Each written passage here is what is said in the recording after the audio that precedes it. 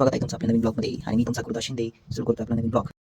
होतं भाडीमध्ये काहीतरी काम बंटी मला चल माझ्यासोबत खर्च करतो. आता खर्च म्हणल्यावर आपण थांबतो. खर्च म्हणल्यावर आपण बसलो गाडीवरती निघालो भाडला जातात मला ब्लॉग झाला पाहिजे कसं काय आपला लोक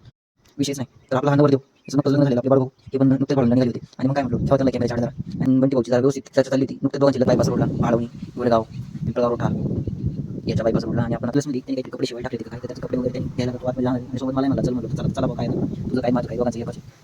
मग काय बंटीने आपले कपडे बिपडे जरा दाखवली चिठ्ठीनुसार कपडे भेटले की नाही काय माहिती तोपर्यंत काम झालं बंटीने हातात दाखवली पिशवी माझ्या आणि म्हटलं आता जायचं आपल्या एटीएममध्ये काम आहे. मग म्हटलं चल बाबा एटीएममध्ये असलेलं काम बंटी कंप्लीट करून बाहेर आलेलं बघा